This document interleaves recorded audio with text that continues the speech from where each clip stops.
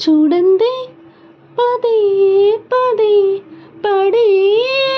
యాతన తోట పూలన్నీ కని విని పడేను వేదన నువ్వు రాకుంటే మహాశయ మదే ఆగునా పూల తీగలతో పడే ఊరే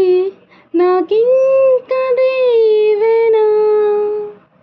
చూసే కనుల ఆరాటం రాసే చేతికి మోమాటం తలచి వలచి పిలచి అలసి నీ రాక కోసం వేచి